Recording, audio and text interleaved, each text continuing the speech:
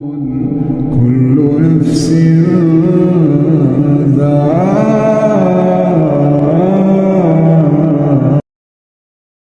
አንድ ጀናዛ ሳጥብ ያጋጠመኝን ታሪክ አካፍላችኋለሁ። ማን ይዞኛል?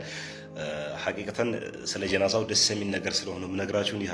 እሺ መሬሞችዬ ተረጋጋችሁ፣ ዘፈናችሁ፣ ወጣላችሁ፣ አለቅሳችሁ ተስፋዬ ቤኪ መሬማ በሚለው በቴዲ አፍሮ ዘፈን ድራማ ሰርቷል። አረቦቹ ሰራተኞች እንደዚህ ያደርጋሉ ብሎ ማለት ነው። ከሰለምኩ በኋላ 2 አመት ከቤት አልወጣም። ቤቴ ነኝ። በቃ ደስ ይለኛል። አሁን ከቅርብ ጊዜ ወዲህ በሶሻል ሚዲያ ረምዚ ቸገረኝ፣ እባክህ እርዳኝ፣ 1000 ብር 2000 ብር ሜሴጅን ከፍቼ ባሳያችሁ በጣም ብዙ ሜሴጆች ይመጣሉ። እና ዛሬ ምን ገጠመኝ መሰላችሁ? ሚስትህና እናትህ ቢጣሉ ምን ታደርጋለህ? እንደው ላቀደረው ላይ በለው እንጂ መጣላት አይቀርም። فمن شرح الله صدره للإسلام فهو على نور من ربه. السلام عليكم ورحمة الله وبركاته. سلام ودنا የተከበራችሁ ቻናል ተከታታዮች ባላችሁበት የአላህ ሰላም እዝነት ተረድኤት ቸርነት ያላችሁ ኢንሻአላህ ዛሬም እንግዲህ እጅግ በሚያሳዝኑ እንዲሁም ደግሞ የተለያዩ የሚያስተምሩ ቪዲዮዎች አሉ። ኢንሻአላህ እነዚህን ቪዲዮዎች በጋራ እንመለከታለን። ከእናንተ የሚጠበቀው ለቻናል አዲስ ከሆናችሁ ሰብስክራይብ በማድረግ ነበር ቻናሉን ላይክ እያደረጋችሁ ለብዙዎች ተደራሽ አድርጉት ማለት ነው። እንግዲህ በተለይ ከቴዲ አፍሮ ሙዚቃ ጋር ታይ የተለያዩ ቪዲዮዎች እየተሰሩ ያለበት ሁኔታ ነው። እንግዲህ ሙስሊሞች ያልጠበቁ ተግባር እያደረጉ እነሱን ስንቃወም ቆይተናል። እንዲሁም ደግሞ ለስደተኞች ተብሎ የተዘፈነ መሬማ የሚል ዘፈን እንግዲህ ሁሉም አረብ ሀገር ያሉት እንግዲህ ቁስላቸውን እየነካካ ብዙዎች ይሰሩበት ነበር። ያም ነገር ትክክል እንዳልሆነ እንዲሁም ደግሞ በዚህ መልኩ ነው አረቦች የሚፈጽሙት ብለው አንዳንድ ታዋቂ ነን ቲክቶከር የሚሉት ያልተገባ ስራ ሲሰሩ ነበር። እንግዲህ በዙሪያው ላይ መሲ ሰፋ ያለ ማብራሪያ ሰጥታለች። አረቦቹን ለማንቋሸሽ የተሰራው ስራ ብዙ ስራ ነው፣ በነገራችን ላይ እጅግ በጣም የሚያሳፍር ነው። እንግዲህ ከዛም አልፎ ደግሞ የተለያዩ የምንማማርበት እስላማዊ ቪዲዮ አሉ። እጅግ በጣም ደግሞ የሚያሳዝን ልብ የሚነካ እንግዲህ መረጃ አለ። በእኛው ሀገር የተፈጸመ እጅግ የሚያሳዝን ነገር ነው። እንግዲህ በትላንትናው ዕለት ወደ 4 ሰው አካባቢ ነው የሞቱ። ደግሞ ከዛ መካከል አንድ የዚሁ የኛው አካባቢ የጨፋሮቢት ነዋሪ የሆነ የ02 እንግዲህ ቀበሌ አስተዳደር የሆነ እንግዲህ ግለሰብ ሐሰን አሊ ይባላል። እሱን ገለውታል። ከዛም አልፎ ደግሞ ወደ ጭር የሚባል አካባቢ ታውቃላችሁ፣ እዛም ሊቀመንበሩን ገለውት ከብት የምታግድን እሷንም አጠቃላይ ወደ 4 ሰዎች እንደሞቱ ነው እየተነገረ ያለው። ይህ የት ነው የተፈጸመው? በዚሁ እንግዲህ በማጀቴና በጨፋሮቢት መካከል ለብዙ ጊዜ የታጠቁ ኃይሎች እንግዲህ ብዙ ነገር ሲፈጽሙ ተመልክተናል፣ እየተመለከተን ነው። እንዲሁም ደግሞ የእኛን ሰዎችም ጭምር እየገደሉ ያሉ አረመኔ ጨካኞች የታጠቁ ኃይሎች ውስጥ የሚሰሩ ወንጀለኞች አካላቶች አሉ።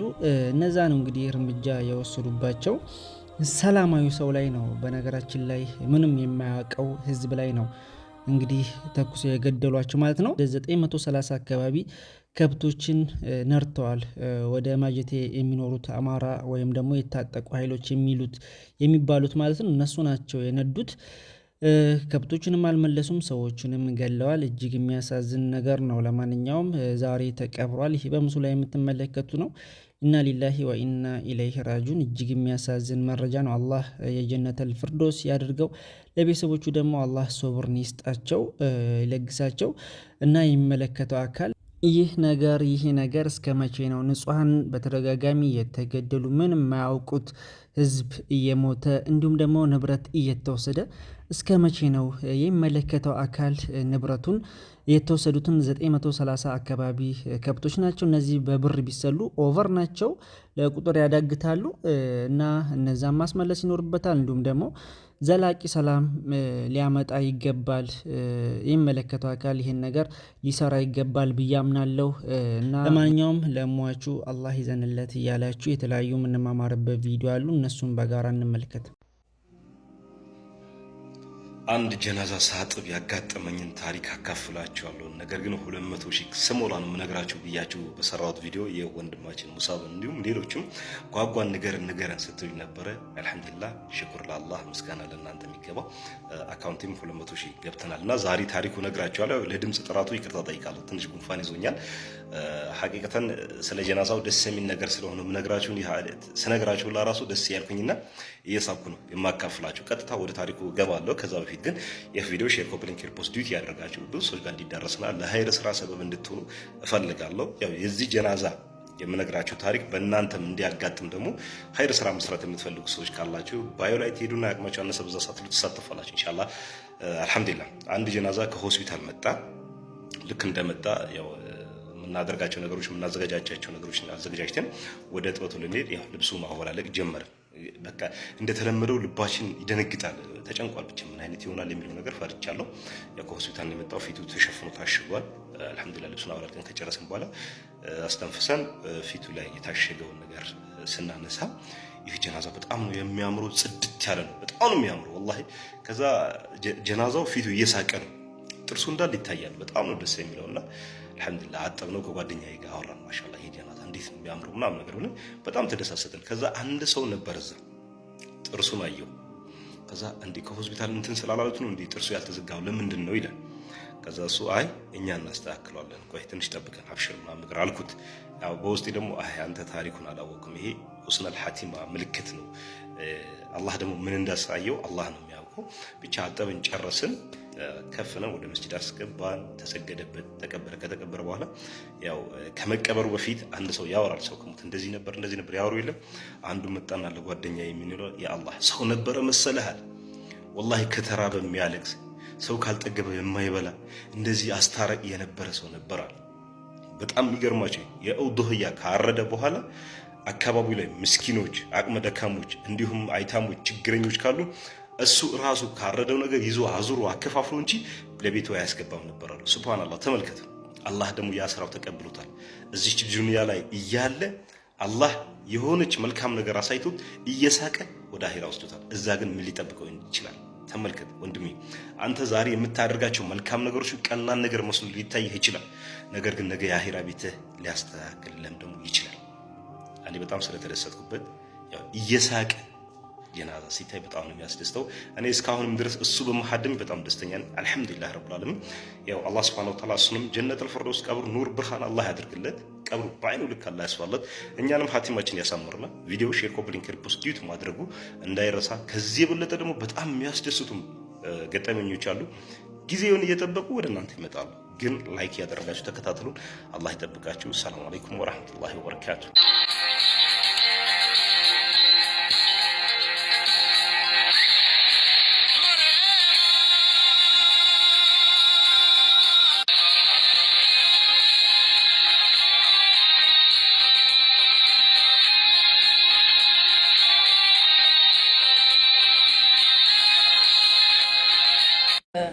በረከት ተስፋዬ ቤኪ መሬማ በሚለው በቴዲ አፍሮ ዘፈን ድራማ ሰርቷል። አረቦቹ ሰራተኞች እንደዚህ ያደርጋሉ ብሎ ማለት ነው። በነገራችን ላይ በጣም ተሳስታችኋል። ቤኪና መሰል አረብ ሀገር ላይ ያልኖራችሁ ብዙ ጊዜ ኢትዮጵያ በሙዚቃ በፊልም አረብ ሀገር የአረብ አሰሪ ሴትን እንደሚደፈር አድርጋችሁ ስትሰሩ እናያለን። እኛ አረብ ሀገር የኖር ነው ህዝቡን የምናውቀው ነን፣ ምስክር የምንሆነው አረብ ሀገር ላይ በተለይ ገልፍ ካንትሪ ላይ ሴት አትደፈርም። በነገራችን ላይ ሴት እየተደፈረ የሚገደለው በኢትዮጵያ ነው። ሰሞኑን በደቡብ ኢትዮጵያ ቴፒ አካባቢ የሆነ መስተንግዶ ላይ የምትሰራ ምናልባትም እድሜው 20 ቤት ያልደረሰ ታዳጊ ልጅ ተደፍራ ተገላለች። እንደዚሁም በባህር ዳር ከፋሲካ በዓል ጋር ተያይዞ እንደዚሁም የሆነ ሆቴል የምታስተናግድ እንደዚሁም ታዳጊ ተደፍራ ደፋሪዋ ታጣቂ ነው፣ ልብ በሉ ታጣቂ ነው፣ ደፍሮ ተኩሶ ነው የገደላት፣ ገሏታል። አልተያዘም ሰውየው።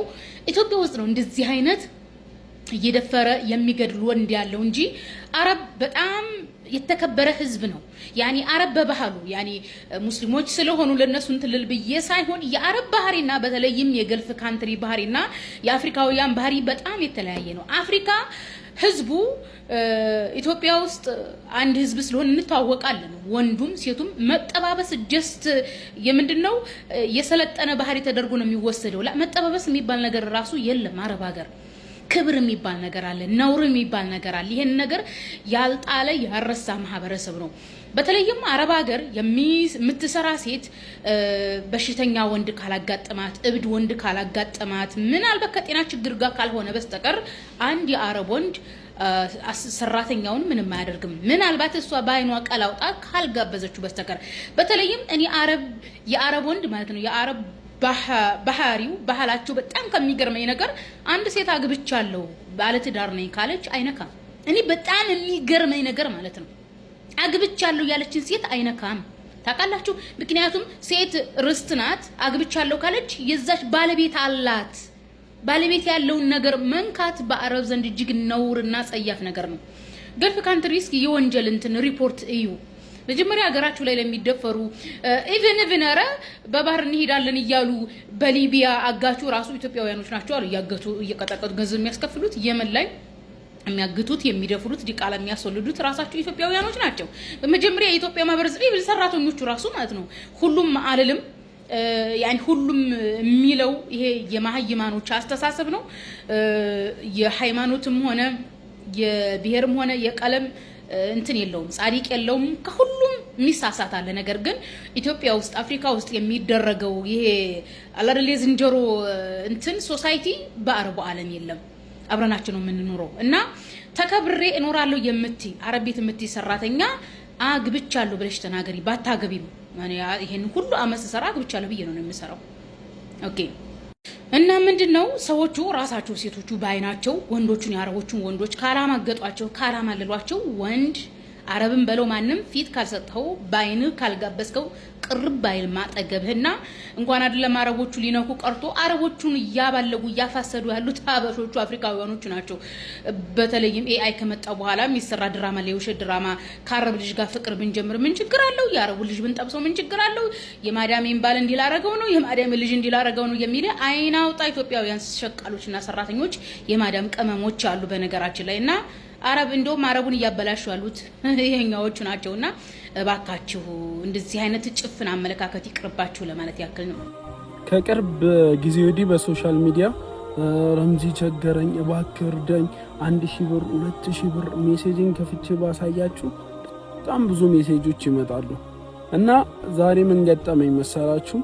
አንዱ ደወለና እባክህ ረምዚ በቃ ተቸገርኩ 1200 ብር አጣው፣ ሚስቴ ወልዳ ልትሞትብኝ ነው፣ መድኃኒት መግዣ አጣው፣ አላርት ሆስፒታል ተኝታለች፣ 91 ቁጥር ላይ ነኝ፣ እባክህ ሲለኝ እውነት ሚስቱ ወልዳ ተቸግሮ ከሆነ የተሻለ ነገር እናደርግለታለን አልኩኝና አንድ ጓደኛዬ ጋር ሆነን ተያይዘን ወደዛ ሄደን ልንሄድ ስንል በቃ መንገድ ላይ አስሬ አረ ሞተችብኝ በአላህ ምናምን ይለኛል። ከዛ ተጠራጠርኩትና በአካል እዛው መጣው ጠብቀኝ አልኩት። ልክ ሆስፒታል ገባን። አላርት ሆስፒታል ደርሰን ዘበኞችን ስንጠይቃቸው አይ ማዋለጃ 91 ቁጥር የሚባል የለም አሉን። ከዛ ስንደውልለት የት አለ ደረስክ ምናምን ይለኛል። አዎ ደረስኩ ይኸው 91 ቁጥር አካባቢ ነው አልኩት። ከዛ ስልኩ ጆሮዬ ላይ ዘጋብኝና ዋትስአፕ ላይ ምን ብሎ ይጽፍልኛል፣ በቃ እሺ ምን ለ1200 ብር ምናምን ነገር አለኝ። ታውቃላችሁ አብዛኛዎቹ ኢንተርኔት ላይ እንደዚህ የሚለምኑት 99% ሌቦች ናቸው። የቸገረው ሰው ከየት አባቱ አምጥቶ ነው ኢንተርኔት የሚጠቀመው? ከየት አባቱ ፓኬጅ ገዝቶ የሚጠቀመው? 1200 ብር የቸገረው ሰው ሞባይሉን ለምን አይሸጥም? ሞባይል እንዴት ሊይዝ ይችላል? ኢንተርኔት እንዴት ይሞላል? ስለዚህ እንደዚህ አይነት ሜሴጆች ሲመጡላችሁ በፍጹም መልስ እንዳሰጧቸው። አብዛኛው ወይ ሱሰኞች ናቸው ወይ ቁማርተኞች ናቸው። የቸገረው ሰው በፍጹም ኢንተርኔት አክሰስ አግኝቶ አይጠቀምም። ሞባይል በእጁ ይዞ ቸገረኛ አይልም፣ ሞባይሉን ይሸጠዋል። ስለዚህ ጥንቃቄ አድርጉ። ሰላም። እሺ መሬሞች እየተረጋጋችሁ ዘፈናችሁ፣ ወጣላችሁ፣ አለቅሳችሁ፣ ቀለላችሁ ትንሽ እንዴት ነው? አብሽሩ እህቶቼ። በነገራችን ላይ ከተዘፈነልሽም ከተዘመረልሽም ከተገጠመልሽም በላይ የሆኑ ሾህና ጋሬጣዎችን አልፈሽ እዚህ ጋር የቆምሽ ጀግና ሴት ነሽ። ይሄንን ላንቺም ላንተ መናገር አይጠበቅብኝም አይደለም? ብዙ ጋሬጣዎችን ብዙ ሾሆችን በብልሃት ጠባን ባላህ እርዳታ ነው። ከቶም ደግሞ የኛም ጽናት ተጨምሮበት እሱ ጽናቱን ሰጥቶን አልፈነዋል። يلا يا اختي قومي وراكي الغسيل وتنشيف وتشفيط يلا حبيبتي የሚጠብቅሽ ስራ አለ። እነዚህን ሁሉ ስቃዮችን ደግሞ የሚያስረሳሽ የወር ደመወዝ አለ። ዛሬ ደረሽበት ሰክሰስ አለ። ዛሬ እዚህ ጋር ቆመሽ ትላንት ጥለሽው የመጣሽውን የቤተሰብ ህይወት አንቺ በመሰደድሽ መለወጥሽ የላብሽ ውጤት የኖርሽውን ያለፍሽውን ያስረሳሻል። ሰራ አድርገሽ በሀገርሽ ንግስት መሆን እንጂ ሁሌ ሰው ሀገር ማልቀስ ምንም የሚያመጣው ነገር የለም። ምክንያቱም ማንኛችንም ተገደን አይደለም ሰው ሀገር የመጣነው። በቀጣሚም በተዘዋዋሪ ኑሮ አስቸግሮ ነው። ለውጥን ፈልገን የመጣነው ደግሞም እየተለወጥን ነው። ጠንካራ ሁኑ። በጣም ብዙዎቻችሁ ላይክ ሞራላችሁን እንዲሆነ እግራችሁ ስር ረግጣችሁት ነው ያገኘኋችሁ። እዚህ ሙዚቃ በጣም ኢሞሽናል ሆናችሁና እናንተ ከምታስቡት በላይ እናንተ ጠንካራ ናችሁ። ሁላችንም ከተዘፈነውም ከተገጠመውም ከተዘመረውም በላይ የሆኑ ቻሌንጆችን ስትራግሎችን ያለፍን ጀግኖች ነን የአረብ ሀገር እንስቶች። ያለ ጉም ይخቲ ያለ ኡሚ ወራኪ الغسيل ያለ ወደ የስራችን ከሰለምኩ በኋላ 2 አመት ከቤት አልወጣም። ቤቴ ነኝ በቃ ደስ ይለኛል። አሁን ከናቴ ጎንሽ የዛኔ ምን በለጋድም ከናቴ ጎን ይሆን ምናምን እላለሁ። አብረን ምናምን ቡና ስንጠጣ እንደ ጓደኛ እናወራለን። ማንም ቢረግጠኝ ምንረግጥ አይነት ሰው ነኝ አሁን ላይ ወላሂ። እና ብዙ ሰዎች የሚያስገርማቸው ስነ ምግባሬ ነው አለ። አልሐምዱሊላህ። ትላንት ያልነበረ በጣም አስቸጋሪ የነበረ ባህሪሽ አሁን ላይ ተቀየረ የምትይው ምንድነው? በመስለምሽ ተቀየረ ማለት ነው። አንደኛ በጭራሽ የምትይዥኝ አይነት ሰው አይደለም እና ወላሂ አልሐምዱሊላህ ምንም እንኳን አላረግላት ወላሂ። መስጊድ እንኳን ሲሄድ ታክሲ ብር መቀበለው ከሷ ነው። አራቱንም መስጊድ ሲሄድ አራቱም 100 ብር መቀበላት ከሷ 10 ብር አስጣፍ ወላሂ። እንደሰው ቤቴ አልሰግድም እና መስጊድ እቺ እስከመጣ ድረስ ምናምን በቃ ምንም አይመስላትም። አብረን ገበያ እንወጣለን። እሷ ቤተክርስቲያን ሳልማስታልፍ ነው ቤተክርስቲያኑ ጋር አልፌ ቆሜ እጠብቃታለሁ። ተያይዘን እንሄዳለን። በቃ እኔ መስጊድ ልገባ ነው አንቺ ወደ ገበያ ሂጂ ምናምን እየተባባለን እንተራለን። አልሐምዱሊላህ ማያልፍ የለም። አልሐምዱሊላህ እንደው